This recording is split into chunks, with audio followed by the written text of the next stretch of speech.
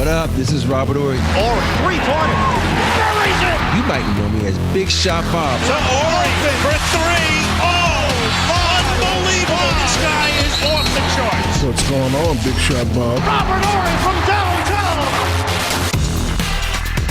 All right. This is the Friday bonus show we call the Shoot Around.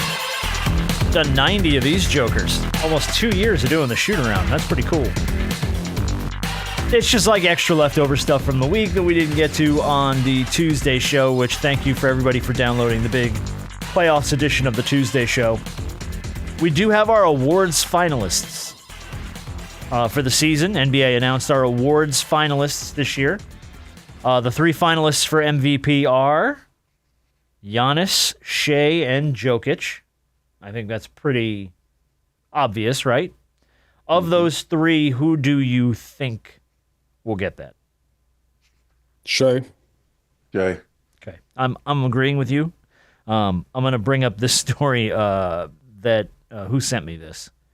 Glenn in a second. Glenn sent me this one from. I think Joker should win it, but yeah, I'm gonna bring up Rachel Nichols in a second regarding the Shea Joker conversation. Something that Glenn sent us. We'll talk about that in a moment here. Sixth man of the year: Beasley from the Pistons, Ty Jerome from the Cavs, Peyton Pritchard from the Celtics are your finalists for sixth man of the year. Any of those jump out at you? And I mean, the only reason I think of Ty Jerome right now is because of the way he played in the postseason so far. Give me those names one more time. Malik Beasley from the Pistons, Ty Jerome from the Cavs, Peyton Pritchard from the Celtics. I'm going to tell you something. they're already giving that thing to Peyton Pritchard. Yeah, but I'm going to tell you something. Malik Beasley, the way that he has shot the ball, and that's just not in one location. Pretty much everywhere he's been over the last few seasons, being tops in the league in three-point percentage, man, like, he is as deadly a shooter as they come in this league. He's had a think about the season they've had and what he's able to do to come off that bench. So yeah, and I mean I think any of those three guys are probably deserving of it. I think all three of them play real well. Rookie of the year: Stephon Castle from the Spurs, Zachary Richeche from the Hawks, Jalen Wells from the Grizzlies. Those are your three finalists for Rookie of the Year. You know who I'm taking. Well, I know you're picking Richeche. Castle?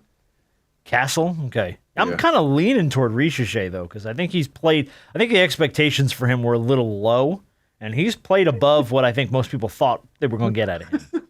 What pick was he? He was number first. Two. No, was he the first pick? Yeah, he was the first pick. He was the first overall pick? Yeah, no, because I think people picked – as the first overall pick, I think people were like, nah, that was a bad pick. And I don't think anybody had a high expectation for that working out. I thought he hit people. But I also think this was a draft that a lot of people not just as a whole. Yeah, this was the one you didn't want the number one pick in. Yeah, this was the one everyone was like, you don't want to pick number one in this draft. Ain't nobody worth a shit. All right, Defensive Player of the Year. This one's interesting. Your three finalists: Dyson Daniels from the Hawks, Draymond Green, and Evan Mobley. Dyson Daniels, and I just don't think this is as close as what people want to say. I don't. You think Dyson wins it clean? That's who I would choose, and that's who I think should win. The man set a record. He had almost 300 steals this season. No, I mean but is that enough to fill out the category to say you're the Defensive Player of the Year? Let me ask you something, and I love Draymond. What did Draymond do this year to have him win it? I didn't anticipate him being in the top three, and he finished as a finalist. And I think that's only because Wembanyama got hurt. That was a weird part. All of a sudden, he started throwing Draymond. To me, I think Evan Mobley. Because I think Mobley wins it. I think, I like Evan Mobley, what he's able to do. Even though it's easier when you have another guy on the other side to block shots. Take it from me. I play with three centers, which caused me to block shots because they're avoiding him. But I think if you look at the records, that's why you think of Defensive Player of the Year on a team that has one of the best records in basketball compared to a guy Dyson Daniels didn't even make the playoffs.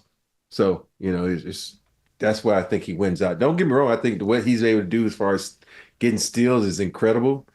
But I think the voters are going to look at, well, shit, they didn't even make the playoffs. How the hell he was a defensive team? The team as a whole should be good.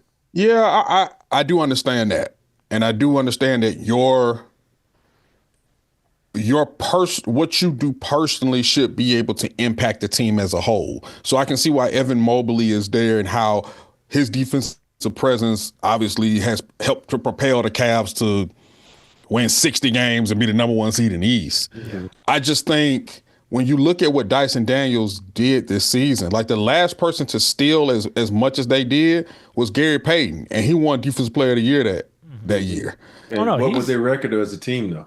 Yeah, they definitely had a better record. They had the best record. They had a better record. Yes, they did. They did. Yeah. But I just. You're right, though. It shouldn't be overlooked. I mean, what he did this year was unbelievable. I'm just saying that. I agree with it, but I guarantee the voters are going to be like, well, shit, they ain't winning no games. Apparently, It wasn't that good of a defensive team. Yeah. And then the last one, I think, is a runaway. Most improved player. Cade Cunningham, Dyson Daniels again, and Zubac. And while I think there's probably a case to be made for Daniels and Zubac, I think Cunningham wins this thing easy. I don't give it to Cunningham because there you go again. They keep doing this dumb shit where you're the number 1 player in the draft, and all of a sudden you get most improved. You're supposed to be already there. That's why I give it to Zubac. Really?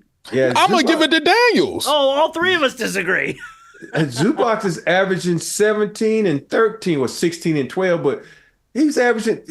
They think about on the team he's on, and the people he has to play around, and he's able to up his. But isn't that his role? That's his job there.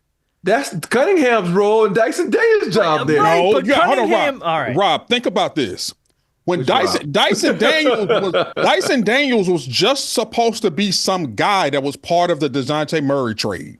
Mm-hmm. No one, not a single soul, not even anybody within that Hawks organization could have ever fathomed him making history the way that he did from a defensive standpoint. Nobody.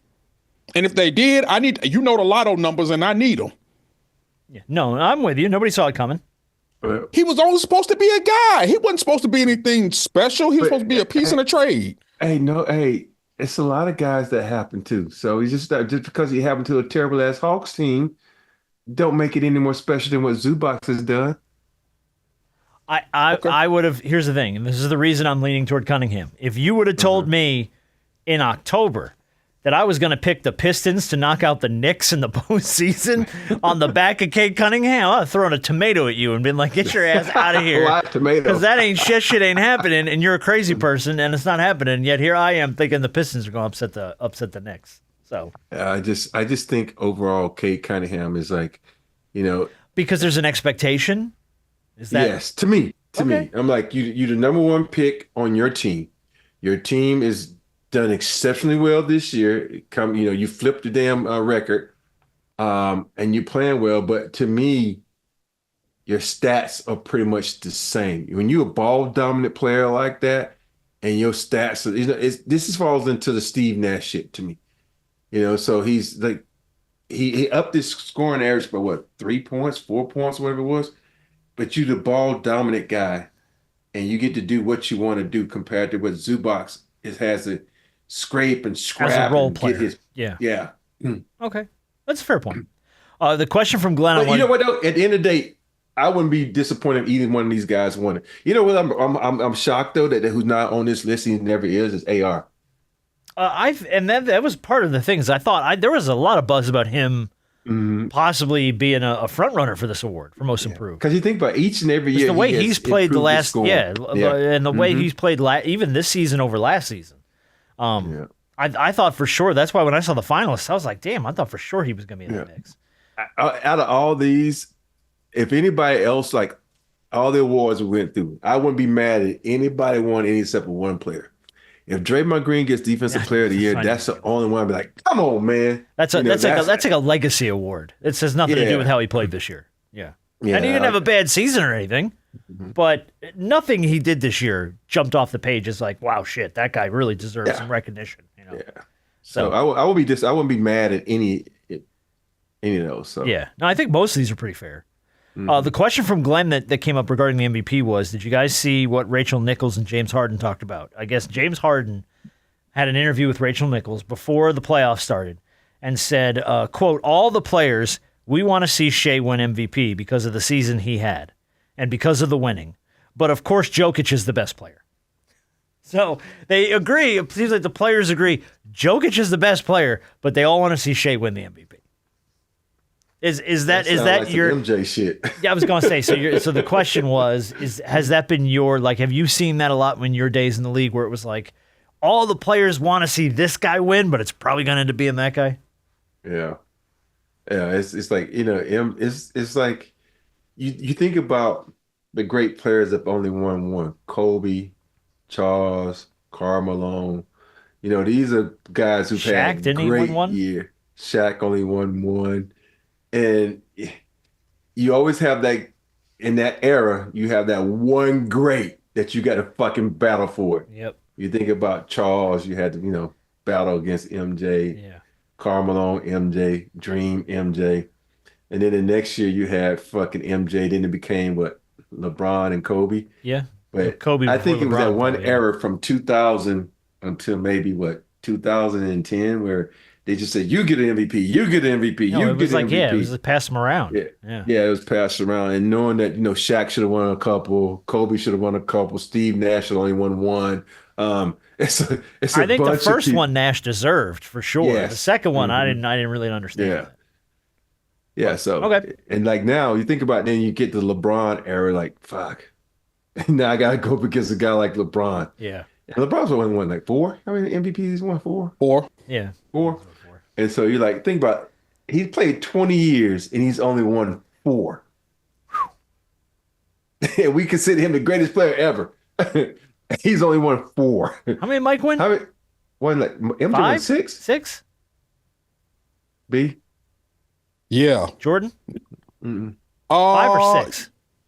So he won 6. Obviously, he won the Finals MVP Yeah. every time. League But MVP. I think 5. 6. Was it 6? Part of me Yeah, I think it seems was my 6. brain seems to think 5. All right, maybe it was 6. We got to Google. We'll look it up. All right, a couple more quick topics here, and then it was my 5. bad. Okay, as my brain was for some reason it was in there somewhere. I don't know why. There was 5. All right, a couple pieces of audio, and then a weird rule change that I'm proposing that I thought was good, and then we're going to go with the league's most overrated players, as voted by the players. Kevin Harlan, who I love, Game 1 of the Rockets-Warriors last week, was throwing in this plug for Walmart. And I think he sort of threw Reggie Miller for a loop here by coming at him with this weird analogy. The NBA tonight on TNT is brought to you by Walmart. Get it before the game's over. Well, hold on here. Let me look. Okay, it's 10:20 Central. If I order some Depends right now, I hope it gets here by 11. 2:04 to go. Did you just say Depends? I couldn't think of anything else. I didn't know. Oh man, that's TI. That's too much information, man. TMI. I know. I'm trying to help the people that are staying up late. He says Depends. Of all the things on a Walmart shelf that Kevin Harlan can pick, he picks Depends. All right, if there's anything in a Walmart you want within the next hour, what are you ordering? Anything on the Walmart shelves that gets to you within an hour, what do you want? Shit. I always think of like deodorant or toilet paper or something I need. Like TP's good. I would immediately go to like either food or video games. Like, right, if you could bring me a PS5 game in the next hour, I'm not gonna tell you no. Like. See, I just think of something that I'm gonna need constantly. Yeah. Toothpaste. I'm like, if you need toothpaste within an hour, you didn't plan very well. I better get toothpaste in the next hour. No, I'm screwed. you got two more left, and then 2 more like. Yeah, dude. But that's the thing. When you think the toothpaste is gone, it lasts another month. Like, you know what I mean? Like, you can make that joker last forever. No, me. I like that. I put like a lot on my toothbrush. Oh, you overdo it. Yeah, I overdo okay, it. you overdo it. All right. Well, thoughts and prayers to Kevin Harlan, who apparently needs Depends before the game is over. God bless.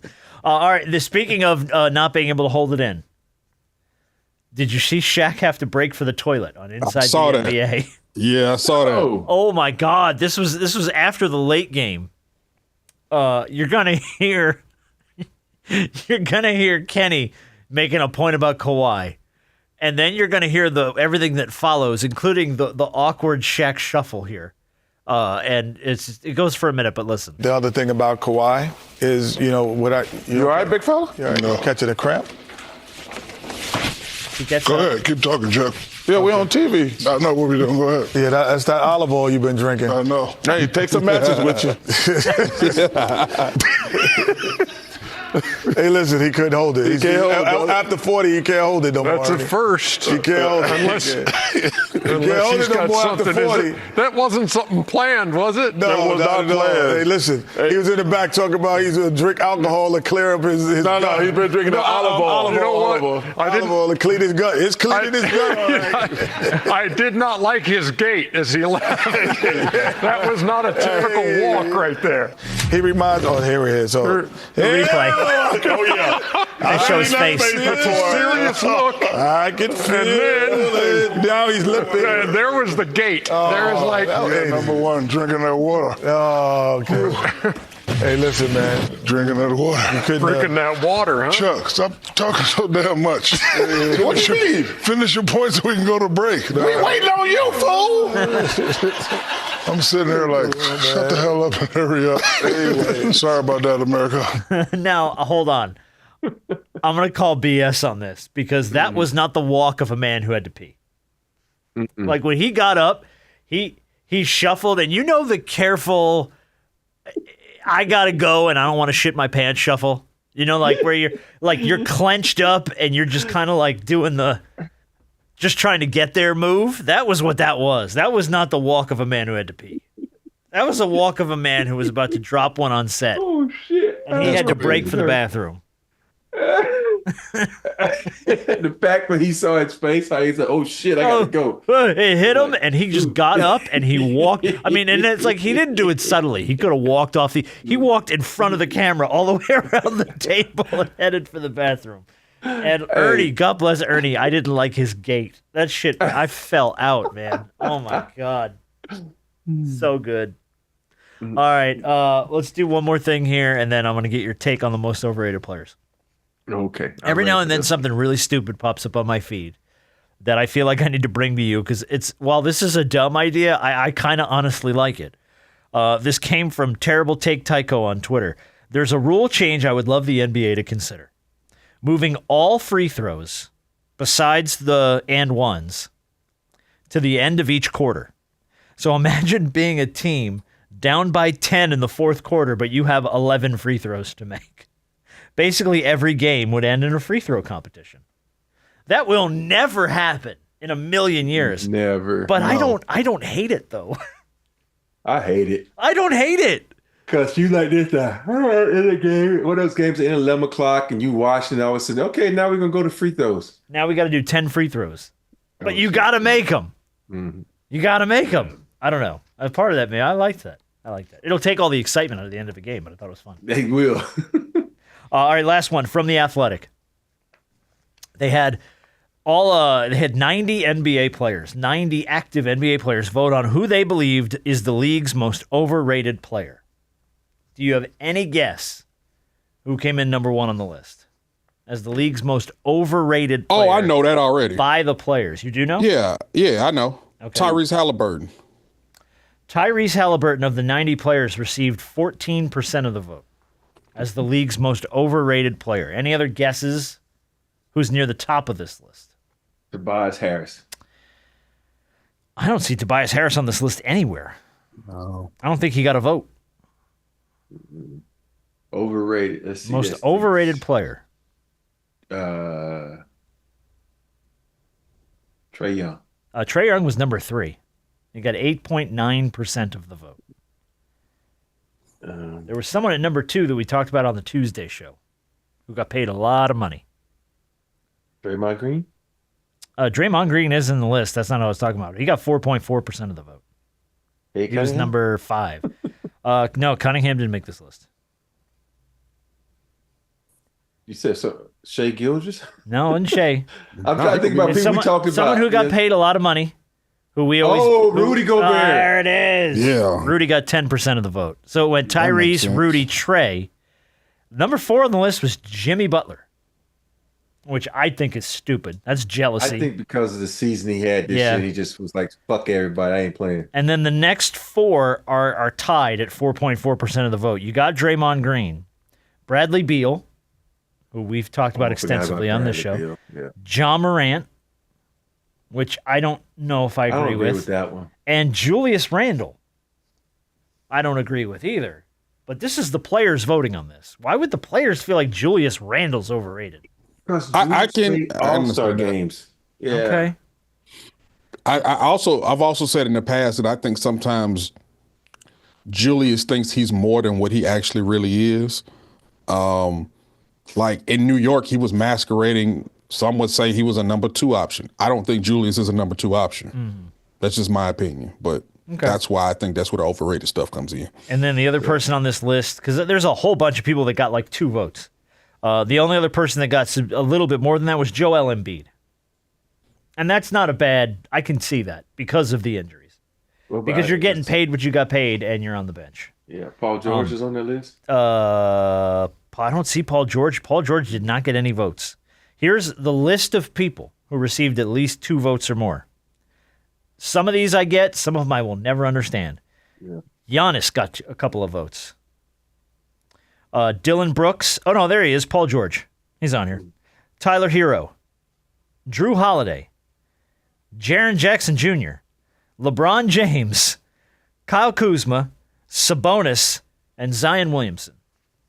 Those are all people that received a few votes from NBA players. I can see as the overrated. Dylan Brooks one. Dylan Brooks, I get. Mm-hmm. Giannis, I do not get.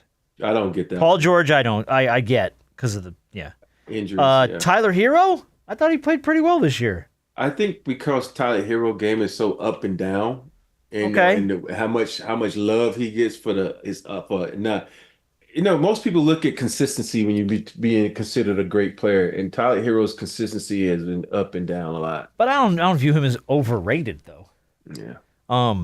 Drew Holiday, don't get that one. I don't get that one either. I get Zion just because of the injuries. I don't get Sabonis. Maybe just inconsistency. I think when you think about Sabonis when he was in Indiana was an all-star, and then all of a sudden he got all this love and all this money, and all of a sudden he kind of went. Yeah, he kind of fit. All right, I'm gonna put my feet up. Yeah, exactly. But do you agree or disagree with Tyrese Halliburton as the NBA players picking him as the most overrated player? I think Tyrese Halliburton game is so freaking ugly that then he made the Olympic team when there was so many other guys that should have been on the Olympic team. So there's a lot of hate that way. And don't get me wrong, he gets a lot of love, and I'm like, why the fuck is he getting all this love? I'm like, he's a hell of a player, but I think they compared him to they saying he's like Kyrie-esque or some top point guard in the league where I'm like, dude, the dude got the ugliest shot in the world. You send him left, he can't score. I'm like, so. Okay, so you're one of those guys in the league that would have voted that way then. I would have voted for it, yeah. But Rudy Gobert would have been my number 1 pick. Okay, I was going to ask you who would have been your top vote. Would have been Rudy? Yeah. Okay. Mm-hmm. And is it just because of the playoffs? Because he's a liability come postseason, which sucks. I just think because of his playoffs, his track record. He just can't guard nobody. Yeah. Yeah. So. All right, well, there you go. So the NBA players love to hate on other NBA players, and that makes us laugh. Of course. Yeah.